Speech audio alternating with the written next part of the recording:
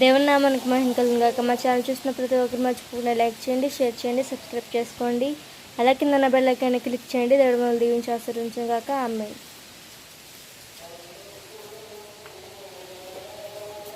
శూలం మన ప్రభువుడు రక్షకుడైన యేసుక్రీస్తు నామములో మీ అందరికీ కూడా నా యొక్క శుభాలు తెలియజేస్తూ ఉన్నాను. అందరికీ హృదయపూర్వకమైన వందనాలండి. అందరు కూడా బాగుండారు కదా. మరి సంతోషంగా ఉండాలని, దీవెనకరంగా ఉండాలని, ఆశీర్వాదకరంగా ఉండాలని నా ఆశ, నా కోరిక, నా ప్రార్థన. ప్రతిరోజు దేవుని యొక్క దైవజనుడిగా మీ కొరకు, మీ కుటుంబాల కొరకు నేను ప్రార్థన చేస్తూ ఉన్నాను. అలాగే ఈరోజు అనేక మందికి మరి పెళ్లిరోజు జరిపించుకున్న వారికి, పుట్టినరోజు జరిపించుకుంటున్న వారికి, పదవ విమరణం జరిగించుకుంటున్న వారికి, అనేకమైన కార్యాలు జరిగించుకుంటున్న వారికి మీ అందరికీ కూడా నా ప్రత్యేకమైన వందనాలు చెల్లిస్తూ ఉన్నాను. ప్రతి ఒక్కరికి కూడా ప్రభువైన యేసుక్రీస్తు ఆయన తోడుగా ఉండాలని, ఆయన ఆశీస్సులు మీ అందరికీ ఉండాలని మీ అందరి నిమిత్తము దేవుడి యొక్క రాత్రనగా పగలనగా దేవుని సన్నిధిలో మీ అందరి కొరకు దేవుని యొక్క దైవజనుడిగా ప్రార్థన చేస్తూ ఉన్నాను.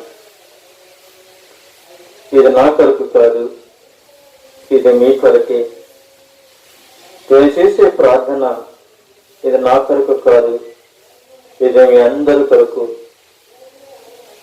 మీ అందరి కొరకు ప్రార్థన చేయాలని, మీ కుటుంబాల కొరకు ప్రార్థన చేయాలని, మీ సమస్యల కొరకు ప్రార్థన చేయాలని, మీ ఎరుకుల కొరకు ప్రార్థన చేయాలని, మీ పడుతున్న కష్టాల కొరకు నేను ప్రార్థన చేయాలని, దేవుడు నాకు ఇచ్చిన తలాంతులను మీ అందరికీ కూడా పంచాలని దేవుడి పక్షంగా నేను నిలబడి మీ అందరి కొరకు నేను ప్రభుని వేడుకుంటూ ఉన్నాను.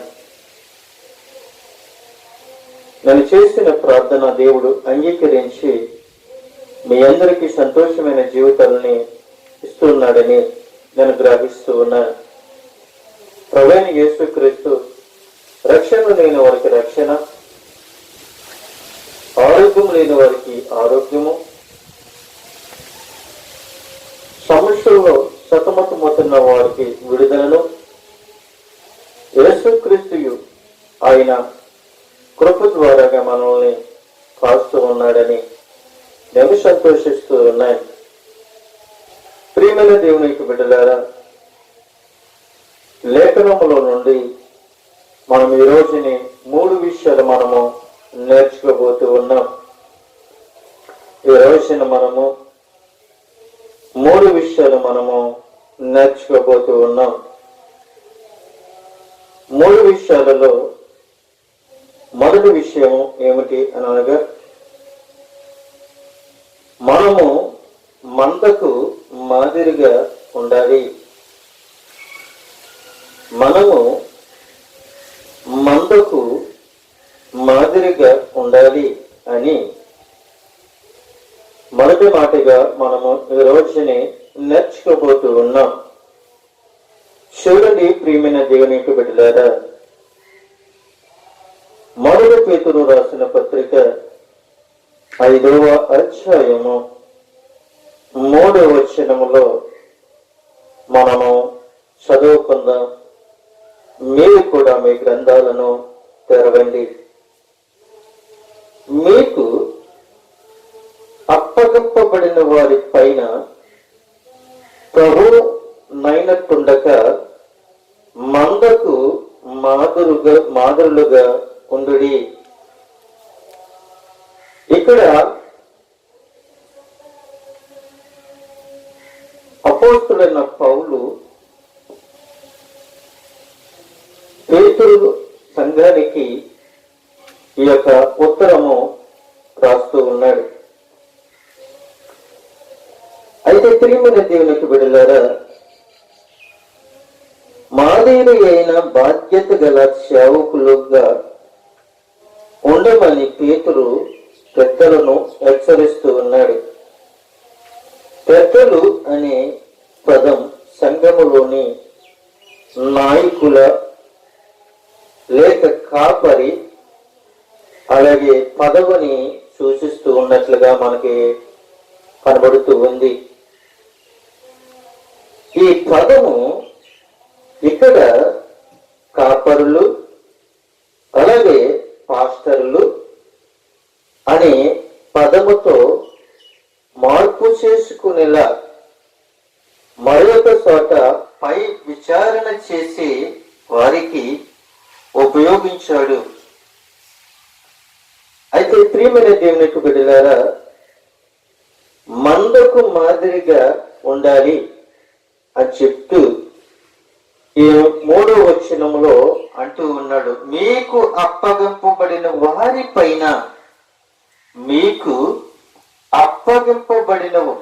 పైన ప్రభువు వైనట్టు ఉండక మందకు మాదిరిగా ఉండడి అని చెప్తూ ఉన్నాడు.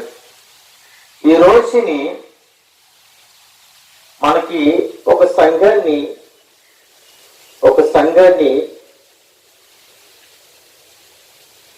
దేవుడు నాకు ఇచ్చాడు. ఆ సంఘాన్ని నాకు ఇచ్చినప్పుడు నేనేమై ఉన్నాను అని అంటే ఒక దైవజనుడిగా ఉన్నాను,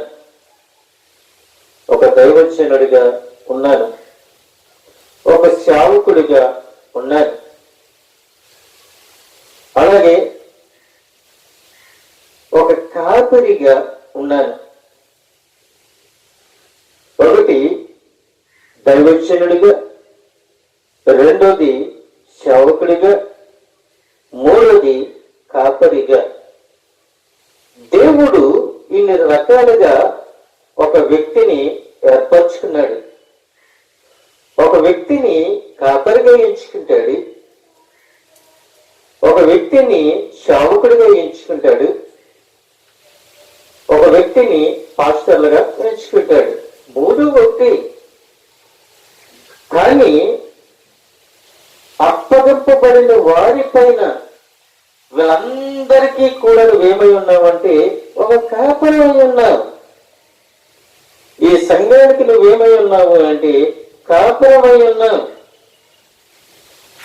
అంతేగాని నువ్వు దేవుడువు కావు. నువ్వు కాపరమై ఉన్నావే గాని నువ్వు దేవుడువు కావు. ఎందుకని నువ్వు దేవుడు కావు అని అంటే, దేవుడు నిన్ను ఒక కాపరిగా నిన్ను ఎంచుకున్నాడు. దేవుడు నిన్ను ఒక కాపరిగా ఎంచుకున్నాడు, ఒక దైవజనుడిగా ఎంచుకున్నాడు, ఒక నాయకుడిగా నిన్ను ఎంచుకున్నాడు. అంటే సంఘములో దేవుడు నీకు అనేకమైన తలాంతులు ఇచ్చాడు. అంటే ఒక్కొక్క వ్యక్తికి ఒక్కొక్క తలాంతును దేవుడు ఇచ్చాడు. ఏంటి తలాంతులు అని అంటే, దేవుడి యొక్క మందిరములో మనం ఆలోచించినట్లయితే ఒక్కొక్కరిని ఒక్కొక్క విధంగా వాడుకుంటూ ఉన్నాడు. స్త్రీలైనా కావచ్చు, పురుషులైనా కావచ్చు, యవనస్తులైనా కావచ్చు, ఎవరినైనా కావచ్చు, మందిరాన్ని శుభ్రం చేయడానికి చీపురుతో ఆ మందిరము శుభ్రం చేయడానికి ఒక తలంతు. రెండో తలంతు ఏంటి అని అంటే కుర్చీలు వేసే తలంతు. మూడో తలంతు ఏంటి అని అంటే సాపలు వేసే తలంతు. నాలుగో తలంతు ఏంటి అని అంటే పరిసరి చేసే, అనగా నీళ్లు ఎవరికైనా దాహం వేస్తుండేమో, ఎవరికైనా కొంచెం బాధ కలుగుతుందేమో, వాళ్ళకి ఇబ్బంది కలుగుతుందేమని వాళ్ళని సంరక్షించడం కొరకు అది ఒక పరిచర్య. అలాగే వాక్యం చెప్పేవాడు వాక్యం చెప్పాలి, అది ఒక పరిచర్య.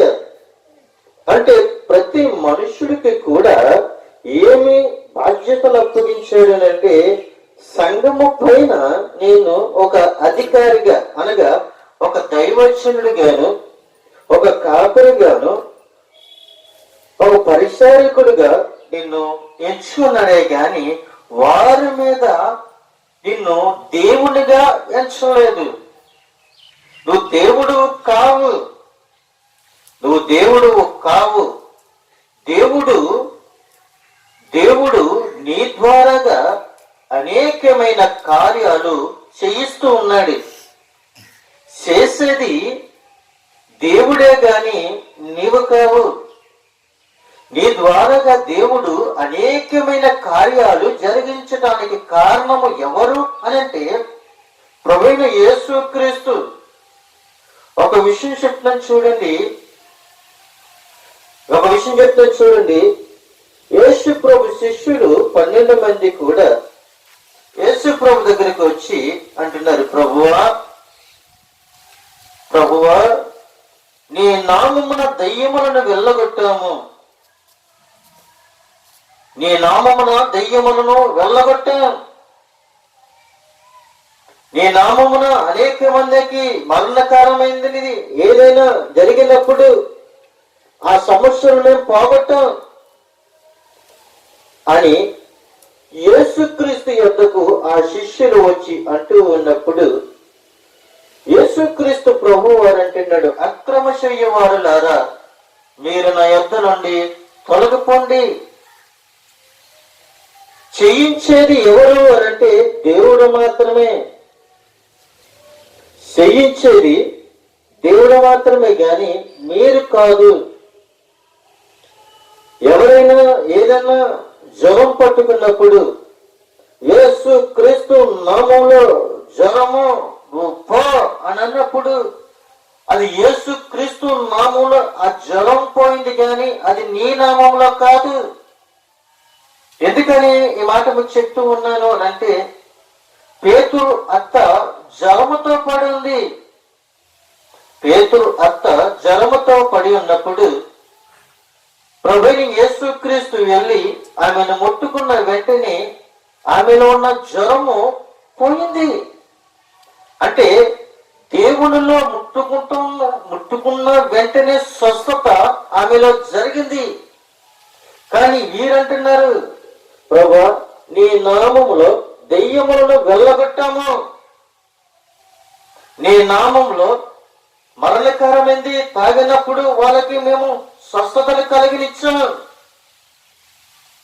అని చెప్పినప్పుడు వారంటున్నారు, అక్రమ చెయ్యవలారా నా యొద్ద నుండి మీరు తొలగిపోండి.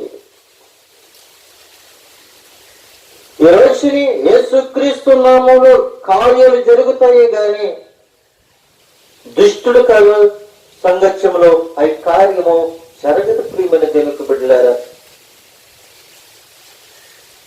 సంఘం మీద దేవుడు ఉండాలి గాని దేవుడి మీద మనం పెత్తనాలు చెలాయించకూడదు. ప్రియమైన దేవుని యొక్క జనాంగమా, యేసుక్రీస్తుని యొద్దకు రావడానికి ఆయన సింహాసనం విడి నీ యొద్దకు రావడానికి ఆయన ఎంతో కష్టపడ్డాడు. నిన్ను ప్రేమించడానికి, నిన్ను ఆదరించడానికి, చీకటి నుండి నిన్ను వెలుగులోనికి రప్పించడానికి తన తండ్రి యొక్క సింహాసనాన్ని విడిచిపెట్టి ఈ లోకానికి ప్రభువు వచ్చాడు. ప్రభు నీ యొద్దకు వచ్చినప్పుడు ప్రభుని నీవు ఆహ్వానిస్తూ ఉన్నావా లేక నువ్వు ప్రభువుని గెంటి వేస్తున్నావా ఒకసారి నువ్వు తెలుసుకోమంటున్నాడు. ఆయన పరిశుద్ధాత్మగా ఉన్నప్పుడు ఎవరు ఆయనకి విధేయత చూపించలేకపోయారు, ఎవరు గమనించలేకపోయారు. ఈ పరిశుద్ధాత్ముడే ఒక శరీరాన్ని దాచుకుని ఈ భూలోకానికి ఒక మానవుడిగా మన మధ్యకి వచ్చాడు. పరిశుద్ధాత్మగా ఉన్నప్పుడు ఎవరు పట్టించుకోలేదు కానీ శరీరముగా ఉన్నప్పుడు ఆయన శరీరధారిగా ఈ లోకానికి వచ్చినప్పుడు మనం ఏం చేస్తున్నామో తెలుసా? ఆయన దేవుడు కాదు ఒక మనిషి, ఆయన దేవుడు కాదు ఒక నరుడు అని అక్కడ ఉన్న యూదులందరూ కూడా ఆయన మీద రాళ్ళు రువ్వునట్లుగా మనం చూస్తూ ఉన్నాం. ఆయన దాహం తీర్చడానికి లోకానికి వస్తే నా దాహాన్ని నేనే తీర్చుకుంటానని చెప్తూ ఉన్నాడు.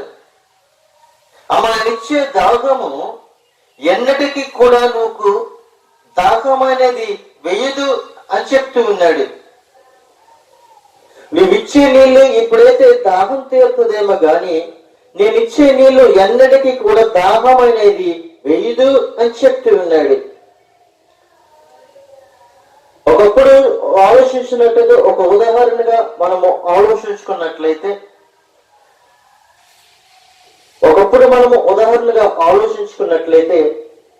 దాహం తీర్చుకోవడానికి బావిలు తవ్వించుకునే వాళ్ళం. బావిలు తవ్వించుకుని బావిలోంచి నీళ్లు తోడుకుని తాగుతూ ఉన్నాం, తాగేవారము. తరువాత ఈ బావిలోంచి నీళ్లు తోడుకోవడానికి కొంచెం కష్టమవుతుంది అని చేతి బోర్లు ఆ పైపులు కొట్టించుకున్నాం. అది కూడా కొంచెం కష్టమైపోయింది. మూడవదిగా ఏం చేస్తున్నాము అంటే మళ్ళీ ఆ బావికైనా కావచ్చు, ఆ చేతి పైపుకైనా కావచ్చు, మనము ఎలక్ట్రానిక్ సంబంధించిన మోటార్ని మనం వేసుకొని నీరు పట్టుకుంటున్నాం. అక్కడి నుంచి ఎక్కడికి వచ్చేస్తాము అనంటే నీరును కొనుక్కునే పరిస్థితికి మనం వచ్చేస్తాం.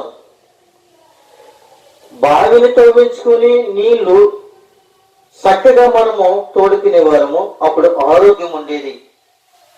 ప్రతిరోజు కూడా స్త్రీ బావి దగ్గరికి వెళ్ళి ఆ బావిలో నీళ్లు తోడుతూ ఉన్నప్పుడు ఎక్సర్సైజ్ చేస్తున్నట్లుగా ఉండి, కొంచెం వాళ్ళు ఉన్న బద్ధకాన్ని బట్టి, వాళ్ళున్న అనారోగ్యాన్ని బట్టి వాళ్ళు ఏమయ్యేవారు అని అంటే ఆరోగ్యంగా ఉండేవారు. వాళ్ళు కొంచెం సుఖానికి వచ్చారు. టెక్నాలజీ మొదలయ్యింది. బోర్ పైపు వేసుకున్నారు. బోర్ పైపు చేతులు కొట్టేవారు. అప్పుడు కూడా కొంచెం బలాన్ని ఉపయోగించి వాళ్ళ శక్తితో ఆ నీరును బయటకు తీసేవారు. అది కూడా విడిచిపెట్టేసి మోటార్లు వేశారు. అది కూడా విడిచిపెట్టి ఇప్పుడు ఏం చేస్తూ ఉన్నారు అని అంటే నీరును కొనుక్కుంటున్నాం. నీరును కొనుక్కునే పరిస్థితికి ఈ రోజున మనం వచ్చేస్తాం.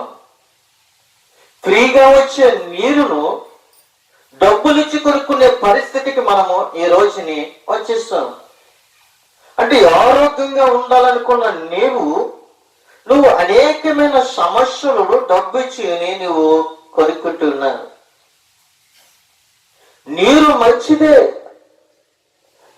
మంచిదే కానీ ఇప్పుడు ఏమైపోయింది?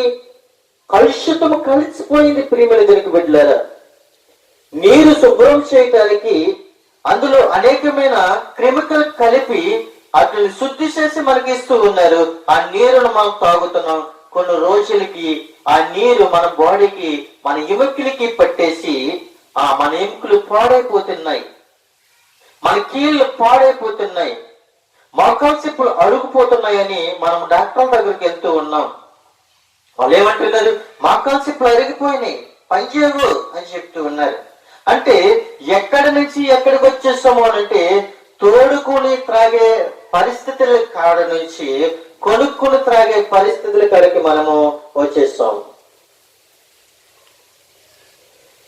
ఈ కొనుక్కుని తాగే పరిస్థితుల కాడికి వచ్చి మనం ఏమైపోయాము అనంటే అనారోగ్యం పాలైపోయాం. అనారోగ్యం పాలైపోయి మనం ఏం చేస్తూ ఉన్నాము అనంటే దేవుణ్ణి ఏం చేస్తున్నాం? వేలెత్తి చూపిస్తూ ఉన్నావు. ప్రతిరోజు ప్రభు ఉపవాసాలు ఉన్నాను కదా, ప్రతిరోజు ప్రతి వారము కూడా నీ కానుకలు వేస్తున్నాను కదా ప్రభా, దశమ భాగాలు వేస్తున్నాను కదా ప్రభా, ప్రతిరోజు నేను స్తుతిస్తున్నాను కదా ప్రభా. వేస్తున్నాం, తప్పు లేదు. దశమ భాగాలు వేస్తున్నాం, కానుకలు వేస్తున్నాం, అన్నీ వేస్తున్నాం. కానీ నువ్వేం చెప్తున్నా తెలుసా? ప్రభా నీ దశమ భాగం ఇట్లేదా? ఎందుకని స్వస్థపరచువు? ప్రభు నీకు ప్రార్థన చేయట్లేదా? ఎందుకని స్వస్థపరచువు? అంటే దేవుడి మీదే మనం ఏమై ఉన్నామంటే అధికారం చెలాయిస్తూ ఉన్నాం. నిన్ను నన్ను కూడా రక్షించడానికి లోకరక్షకుడు మన యొద్దకు వస్తే మనము ఏం చేస్తూ ఉన్నామంటే ఆయన మీద పెత్తనాన్ని మనము చలాయిస్తూ ఉన్నాం. ఈ రోజులు కూడా ప్రియములు తెలుగు బిడ్డలారా, ఉదాహరణగా చెప్పుకుంటే దైవజనులకు సంఘమే అనేకమైన పనులు చెప్తూ ఉంది. ఒక సంఘానికి ఒక కాపరి ఉంటే ఆ సంఘస్థులు ఏమై ఉండాలండి? కాపరికి లోబడాలి. గొర్రెలు చూడండి, గొర్రెలు తన కాపరికి లోబడతాయి. ఆ కాపరి ఇటీయలమంటే ఇటే వెళ్తాయి, అటేళ్ళమంటే అటే వెళ్తాయి, ఆగమంటే ఆగుతాయి. కాపరి చెప్పిన మాటలు గొర్రెలు వింటున్నాయి, కానీ సంఘములో సంఘస్థులు తన సంఘము అయిన కాస్తూ ఉన్న కాపర మీద అధికారము చెలాయిస్తూ ఉన్నారు. ఏంటి అధికారము అని అంటే, ఆ కాపరి ఆ సంఘాన్ని ఎంతో ప్రేమిస్తున్నాడు, కానీ ఈ సంఘస్థులు కాపరిని తక్కువగా చులకనగా ఆ కాపరిని చూస్తూ ఉన్నారు. ఎందుకని ఈ మాటలు మీకు చెప్తూ ఉన్నాను అంటే, ఒక దైవజనుడు ఒక ప్రాంతములో మీటింగ్ పని మీద అంటే వాక్య పరిచర్య నిమిత్తము వెళ్ళాడు. వెళ్ళిన తర్వాత ఆ యొక్క వాక్య పరిచర్య చేసుకుని వస్తూ ఉన్న సమయంలో సంఘములో ఉన్న ఒక స్త్రీ ఫోన్ చేసి ఆమె అంటుంది, అన్నయ్య ఎక్కడున్నావు? అమ్మ, నేను పరిచర్య చూసుకుని వాక్యం చెప్పి నేను వస్తూ ఉన్నాను అని చెప్పినప్పుడు ఆమె అంటుంది, అన్నయ్య నువ్వు వస్తా ఒక 100 రూపాయలు కూర మాసం తీసుకుని పట్టుకుని రా అని అంటూ ఉంది. అంటే దైవజనుడికి సంఘము పని చెప్పే పరిస్థితికి వచ్చేస్తారు. దైవజనుడు చెప్పక ముందే సంఘము ఆ దైవజనుడికి సహాయం చేయాలి, కానీ దైవజనుడు వస్తూ ఉంటే ఆ దైవజనుడికి, అన్న నువ్వు వస్తూ 100 రూపాయలు కోడి మాసం తీసుకుండ్రా అని ఆ సంఘములో ఉన్న ఆ సంఘస్త్రాలు ఆ దైవజనుడికి పని చెప్తూ ఉంది. ఈ దైవజనుడు ఏమనుకుంటున్నాడు అని అంటే, తేను అని అనటం లేదు, అమ్మా నాకు కుదరదు, నేను వచ్చేటప్పటికి లేట్ అయిపోతుంది, నేను తేను అన్న మొక్క అంటం లేదు. ఎంత టైం అయినప్పటికీ కూడా అమ్మా నేను తెస్తాను అంటున్నాడు. ఎందుకో తెలిసే ప్రియమైన దేవుని బిడ్డలారా, మళ్ళీ వారం నీ సన్నిధిలోనికి రాదేమో. ఆమె చెప్పిన మాటలు వినకపోతే మళ్ళీ వారము నీ సన్నిధిలోనికి ఆ సంఘములోనికి ఆ యొక్క సంఘస్థులు రాదేమో, ఆ సంఘస్థుడు రాడేమో అని ఆ దైవజనుడు ఆ సంఘస్థులు చెప్పిన మాట వింటూ ఉన్నాడు. మరి యొక్క స్త్రీ అంటుంది, అన్న నువ్వు రోడ్డు మీద ఉన్నావేమో, నా ఫోన్కి రీఛార్జ్ చేయించు అని చెప్తూ ఉంది. దైవజనుడికి అనేక మంది సంఘస్థులు దైవజనుడికి పనులు చెప్తున్నారు, కానీ దైవజనుడికి పని చెప్పకుండా వాక్య పరిచర్య చేయటానికి అవకాశం లేకుండా చేస్తూ ఉన్నారు. అంటే దేవుని మీద, దేవుని యొక్క దైవజనుడి మీద నువ్వేమై ఉన్నావు అని అంటే ప్రభు అయి ఉన్నావు. నువ్వు ప్రభు అయి ఉన్నావు, ఇక్కడ కనబడుతున్నావు. నేను చెప్తే ఎందుకని చేయడు ఈ దైవజనుడు, నేను చెప్తే ఎందుకని తేడు ఈ దైవజనుడు అని నువ్వేం చేస్తున్నావు తెలుసా? హెచ్చింపబడుతూ ఉన్నావు. ఇక్కడ అంటున్నాడు, మీకు అప్పగప్పబడిన వారి పైన ప్రభువు అయినట్టు ఉండక మందకు మాదిరులుగా ఉండుడి అని చెప్తున్నాడు. మందకు మాదిరులుగా ఉండాలి. మనకి అధికారము చేసే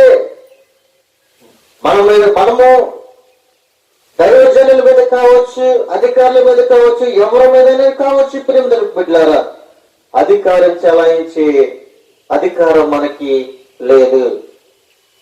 అయితే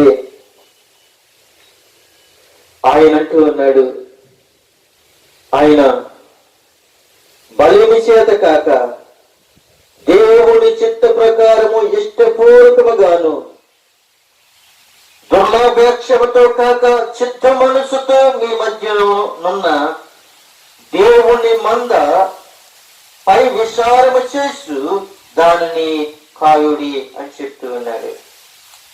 నీకు అధికారం లేదు, మనుషుల మీద నీకు అధికారం లేదు. కానీ ప్రియమైన దేవుని బిడ్డలారా, నీకు మందకు మాదిరిగా ఉంటున్నావా? నువ్వు దేవునిగా ఉంటున్నావా? దేవుని కింద నువ్వు ఉంటున్నావా? ఒక్కసారి నీకు నీవే పరిశీలించుకోమని ప్రభువు సెలవిస్తూ ఉన్నాడు. మరి ఒక మాట మనం చూసినట్లయితే, మన మొదటి మాట మనం చూసాం ప్రియమైన దేవునికి బిడ్డలారా. మొదటి మాట ఏమిటి అనంటే, మందకు మాదిరిగా ఉండాలి అన్న విషయాన్ని మనము చూస్తాం. ఇంకొక విషయం మనం చూసినట్లయితే, యెహెజ్కేలు గ్రంథంలోనికి వెళ్ళినట్లయితే 34వ అధ్యాయము 4వ వచనంలో ఒక మాట మనకి కనబడుతూ ఉంది.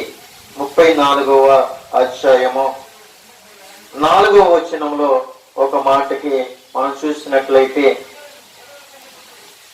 బలహీనమైన వాటిని మీరు బలపరుచు, రోగము గల వాటిని స్వస్థపరుచు, గాయపడిన వాటిని కట్టరు, తోలు వేసిన వాటిని మరలా తోలుకుని రారు, తప్పిపోయిన వాటిని వెతకరు.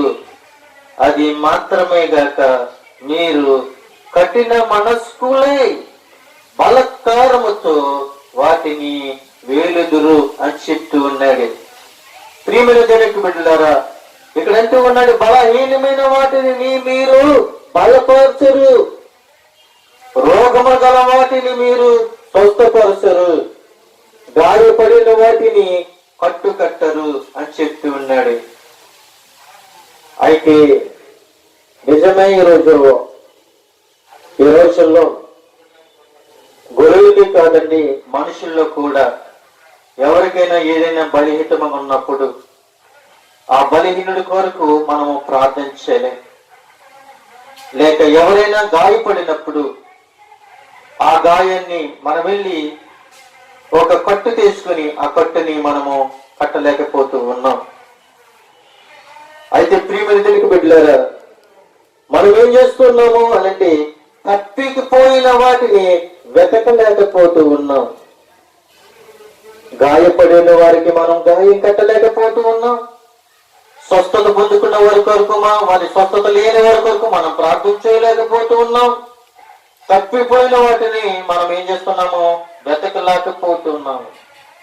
అయితే ప్రియమైన దేవుని యొక్క బిడ్డలారా, వెతికే పనిలో మనం ఉండాలని ప్రభు సెలవిస్తూ ఉన్నాడు. వెతికే పనిలో ఉండాలని ప్రభు సెలవిస్తూ ఉన్నాడు.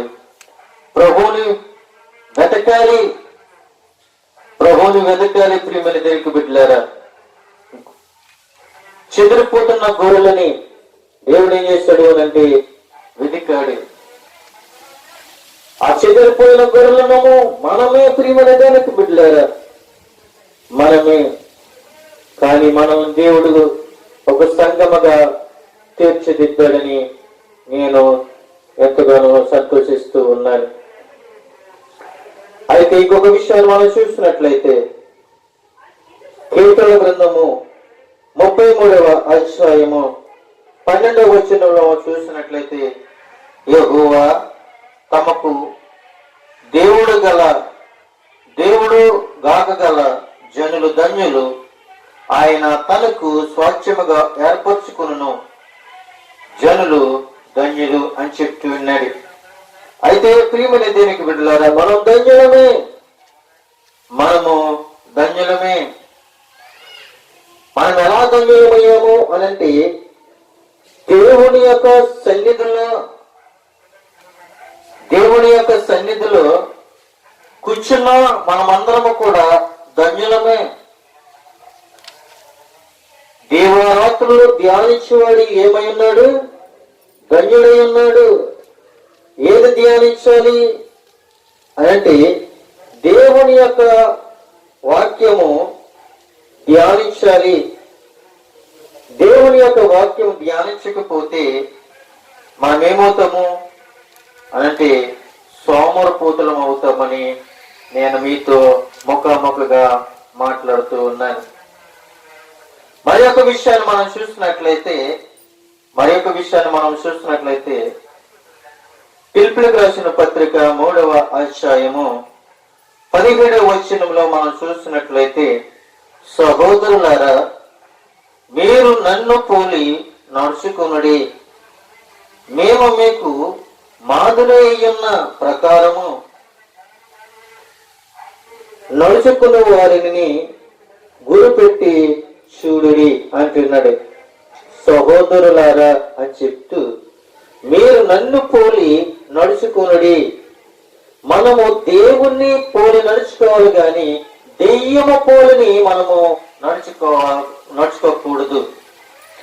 దేవుని పోలిక నీకుంది, దేవుని పోలిక నీకుంది, దేవుని స్వరూపం నీకుంది, దేవుని ఆలోచన నీకు ఉండాలి, దేవుని యొక్క నడవడిక నీకు ఉండాలి, దేవుని మనస్సు నీకు ఉండాలి, దేవుని ప్రేమ నీకుండాలి.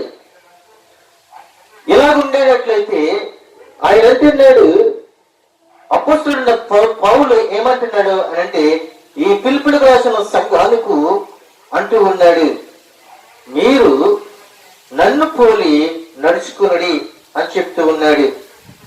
అయితే ప్రియమైన దేవునికి బిడ్డలారా, మనం ఏమై ఉండాలి అనంటే ఆయన పోలి మనము నడుచుకోవాలి అంటూ పౌలు తాను అసంపూర్ణునిగా అని అంగీకరిస్తూ ఉన్నాడు.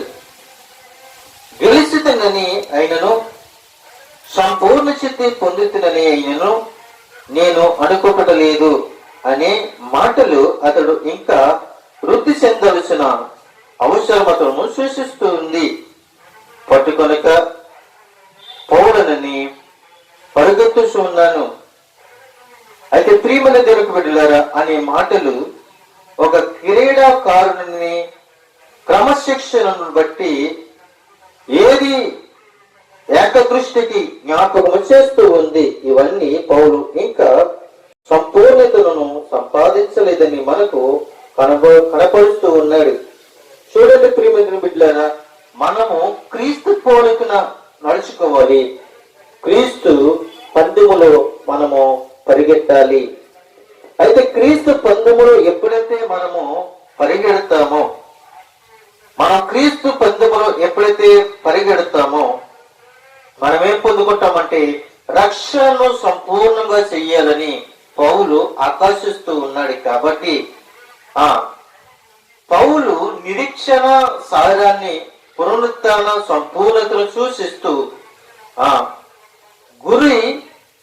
గురి చూసి బహుమానము అనే మాటలు ఒక సూచిస్తే మనం ఎక్కడికి పరిగెట్టాలి అని అంటే గురు యొద్దకే మనం పరిగెత్తాలి. బహుమానం పొందాలనే మనం పరిగెట్టాలి. క్రీడాకారుడు చూడండి ప్రియమైన బిడ్డలారా, అక్కడ చాలా మంది ఉంటారు. అక్కడ ఇంచుమించులు 10 మంది 15 మంది లేక 20 మంది లేదంటే 30 మంది పునః 100 మంది వేసుకోండి. ఎవరి లక్ష్యం ఏమిటి అని అంటే పందెములో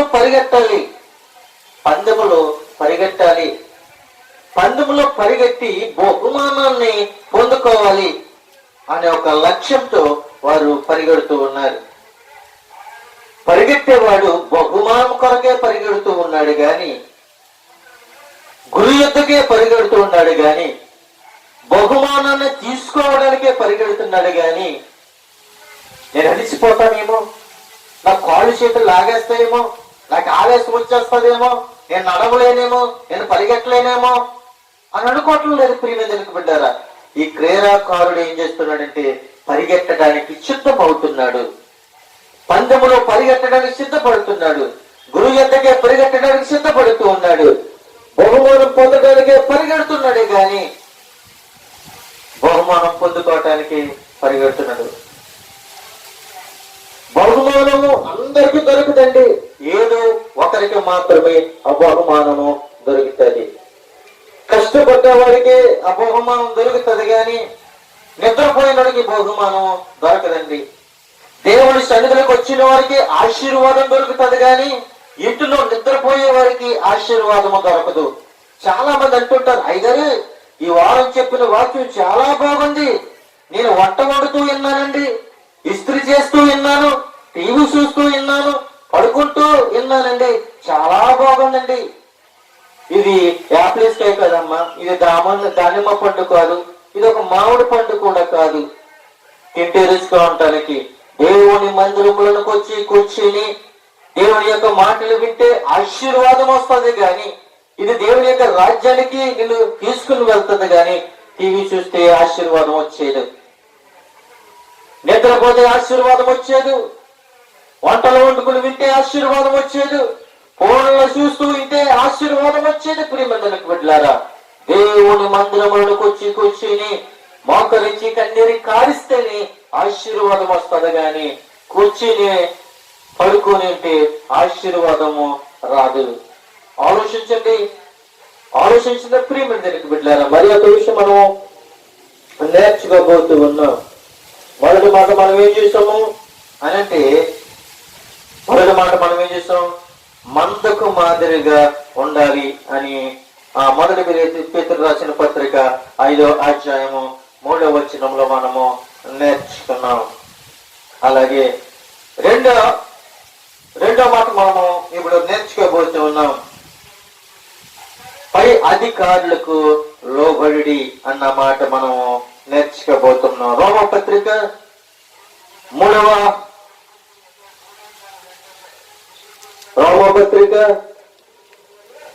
13వ అధ్యాయము, రోమపత్రిక 13వ అధ్యాయము మొదటి వచనంలో మనము నేర్చుకోబోతూ ఉన్నాం.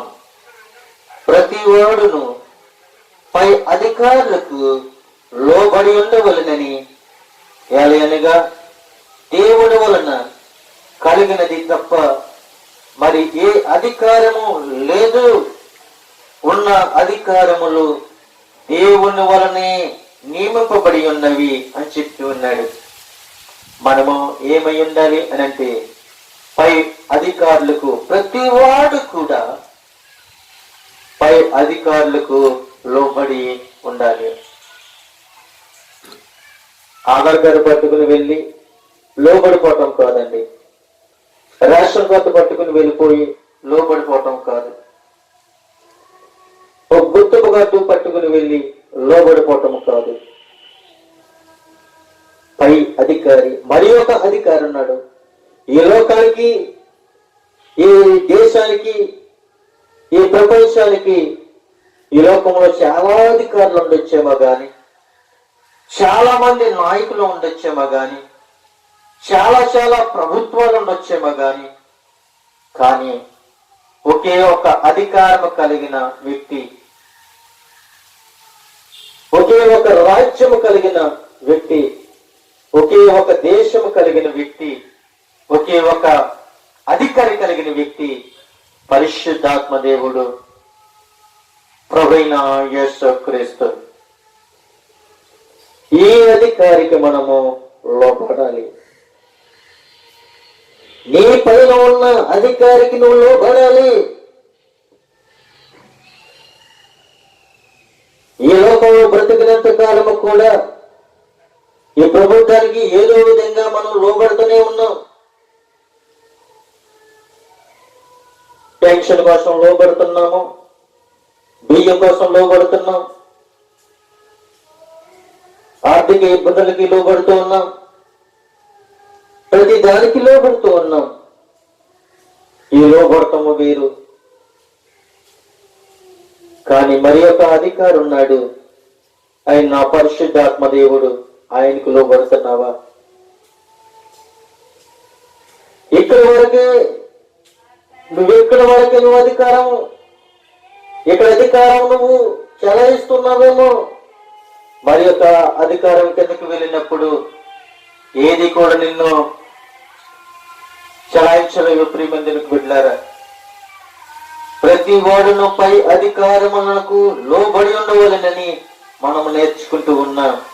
అయితే పరిశుద్ధాత్మ దేవుడు ఆయనతో ఉన్నాడు. ప్రియమందులకు వెళ్ళారా, దేవుని వలన కలిగినది తప్ప మరి ఏ అధికారము లేదు అనే మాటలు మానవుల వ్యవహారములపై దేవుని సర్వాధిపత్య మరి పత్యాన్ని సూచిస్తూ ఉంది. ప్రభుత్వంపై ఆ సమాజములుగా తిరుగుబాటు చేయటము వాస్తవానికి దేవునిపై తిరుగుబాటు చేయడమే అని అది సూచిస్తుంది.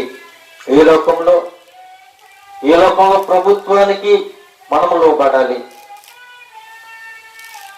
ఒక ప్రెసిడెంట్కైనా లోబడాలి, ఒక సెక్రటరీకైనా లోబడాలి, ఒక పంచాయతీ వారికైనా లోబడాలి, ఒక పోలీసు వారికి ఏమైనా లోబడాలి, ఒక నాయకులకైనా మనము లోబడాలి. అది ఎక్కడ వరకు అంటే అది ఇక్కడ వరకు మాత్రమే లోబడాలి. ఈ అధికారం అంతా వీరికి అధికారం ఇచ్చింది ఎవరు అంటే ప్రభువైన దేవుడే. ఒక నెంబర్గా గెలవాలన్నా దేవుడే, ఒక సెక్రటరీగా ఉండాలన్నా దేవుడే, నీ మెడలో దండలు వేయించాలన్నా దేవుడే, సంఘం మీద నిన్ను ఒక అధికారిగా నియమించాలన్నా దేవుడే,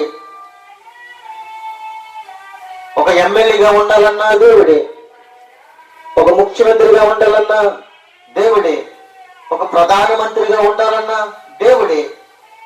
దేవుడి పక్షాన్ని దేవుడు ఈ లోకము మీద వీళ్ళందరినీ కూడా దేవుడు ఏం చేశాడంటే నియమించి ఉన్నాడు. వీళ్ళందరికీ మనము లోబడాలి. ప్రభుత్వం కాబట్టి మనము లోబడాలి. వీళ్ళందరి మీద మనం ఎప్పుడైతే లోబడ్డామో అప్పుడే దేవుని కింద మనము దేవుడికి లోబడి ఉన్నట్లు.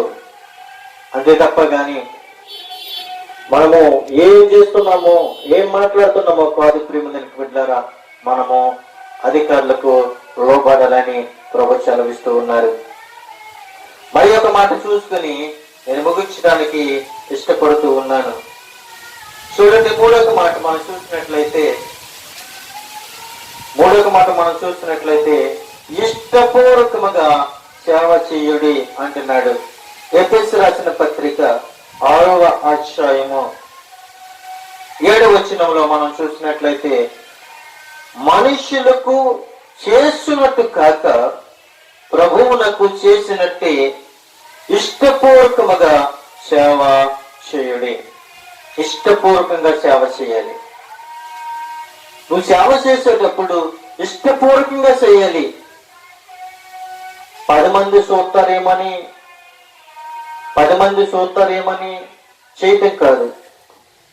నువ్వు ఇల్లు ఊడ్చేటప్పుడు 10 మంది చూస్తారేమో అని ఇల్లు ఊడ్చడం కాదు. ఇల్లు నీది. నా భర్త మెచ్చుకుంటాడేమో, ఈ ఇల్లు వచ్చేటప్పుడు నా భర్త మెచ్చుకుంటాడేమో, ఈ బట్టలు గుంజేటప్పుడు నా భర్త మెచ్చుకుంటాడేమో, ఈ భోజనం వండేటప్పుడు నా భర్త మెచ్చుకుంటాడేమో, ఈ ప్రయాణం చేసినప్పుడు నా భర్త మెచ్చుకుంటాడేమో. ఈ మెచ్చుకోవటం కాదండి, ఏ మెచ్చుకోవటం కాదు. ప్రియమైన బిడ్డలారా, ఏ సేవ చేయమంటున్నాడు? నీ భర్తకు గాని నీ భార్యకు గాని అనారోగ్యం వచ్చినప్పుడు అతనికి రాత్రనగా పగలనగా నువ్వేం చేయాలంటే ఇష్టపూర్వకంగా నీ భర్తకి సేవ చేయాలి. ఇష్టపూర్వకంగా నీ భర్తకైనా నీ భార్యకైనా సేవ చేయాలి. ఇష్టపూర్వకంగా దేవుని మందిరము తుడాలి. ఇష్టపూర్వకంగా దేవుని పరిసరి చేయాలి. ఇష్టపూర్వకంగా దేవుని యొక్క సువార్తను ప్రకటించాలి. ఇష్టపూర్వకంగా దేవుని యొక్క పాటలు పాడాలి. ఇష్టపూర్వకంగా దేవునికి నువ్వేమై ఉండాలి అంటే సాక్ష్యం చెప్పేవాడులా ఉండాలి. అంతే తప్ప గాని ఏదో ఇల్లానండి, వచ్చానండి, ఈ వారం గడిచిపోయిందండి, ఏదో ఈ వారం వెళ్ళిపోయిందండి, మళ్ళీ వారం వెళ్తానండి, ఏదో నామకార్థంగా వెళ్ళాను అని అనుకోకుండా నువ్వు వెళ్ళేది ఇష్టపూర్వకముతో వెళ్ళాలి. ఏదైనా జాబ్కి వెళ్ళేటప్పుడు ఎంత ప్రిపేర్ అయ్యేంత, నువ్వు జాబ్ చేయకే, నువ్వు జాబ్ ఇంటర్వ్యూకి వెళ్ళినప్పుడు ఎంత బాధ్యతగా వెళ్తావు. చక్కగా స్నానం చేస్తావు, చక్కగా మంచి బట్టలు వేసుకుంటావు, ఇన్సెట్ చేస్తావు, బెల్ట్ పెడతావు, టై పెడతావు, చేతికి వాచి పెడతావు, కళ్ళజోడు పెడతావు. ఇవన్నీ అతనికి అలంకరణగా నువ్వు వెళ్తున్నావు. కానీ అక్కడ వేసిన ప్రశ్నకి నువ్వు జవాబు నీ దగ్గర లేదు. అలంకరింపుతో వెళ్తున్నావే కానీ అతను వేసిన ప్రశ్నకి జవాబు నీ దగ్గర లేదు. అలాగే దేవునికి మందిరములోకి వచ్చినప్పుడు, దేవుని మందిరంలోకి వచ్చినప్పుడు దేవుడు ప్రశ్నించినప్పుడు సమాధానం నీ దగ్గర ఉన్నదా లేదా? ఇష్టపూర్వకంగా వచ్చావా, కష్టంతో వచ్చావా? నువ్వు ఇష్టపూర్వకంగా వచ్చావా, లేదంటే వేషధారణతో వచ్చావా? ఒకసారి నేను పరిశీలించుకోమంటున్నాడు.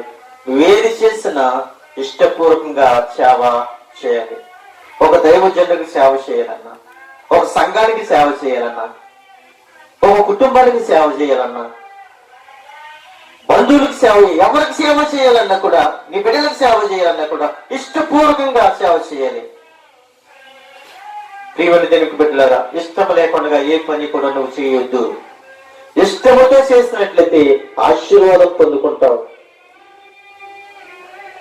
ఆశీర్వాదం పొందుకోవాలని నువ్వు పరిగెత్తాలి, బహుమానం పొందుకోవాలని పరిగెట్టాలి. కానీ ఏదో పరిగెట్టానండి, ఓడిపోయినండి, ఈ మాటలు వద్దు. ఈ లోబడిపోయే మాటలు వద్దు. నేను మళ్ళీ వారం వస్తానండి, ఈ మాటలు వద్దు. మళ్ళీ నెలలో వస్తానండి, ఈ మాటలు వద్దు. ఈ సమయం దాటింది అని అంటే తిరిగి వెనక్కి రాదు. ఈ సమయము వెళ్ళింది అని అంటే తిరిగి మళ్ళీ సమయము వెనక్కి రాదు. ప్రియమని వెనక్కి పెట్టినారా? 3 విషయాలు మనం నేర్చుకున్నాం. మందకు మాదిరిగా ఉండాలి. రెండోది, పై అధికారులకు మనము లోబడాలి. మూడోది, ఇష్టపూర్వకముగా మనము సేవ చేయాలి. అది దేవుని పరిచర్య అయినా కావచ్చు, దేవుని సువార్త అయినా కావచ్చు, లేదా నీ ఇంటి పనులైనా కావచ్చు, ఏదైనా కావచ్చు. ప్రియమైన ఇష్టపూర్వకంగా మనము చేసే పని ఇష్టపూర్వకంగా చేయాలని తెలియపరుస్తూ నా మాటలను ముగిస్తూ ఉన్నాను. కొత్త మాటలు దేవుడు దీవించును గాక. ఆమేన్.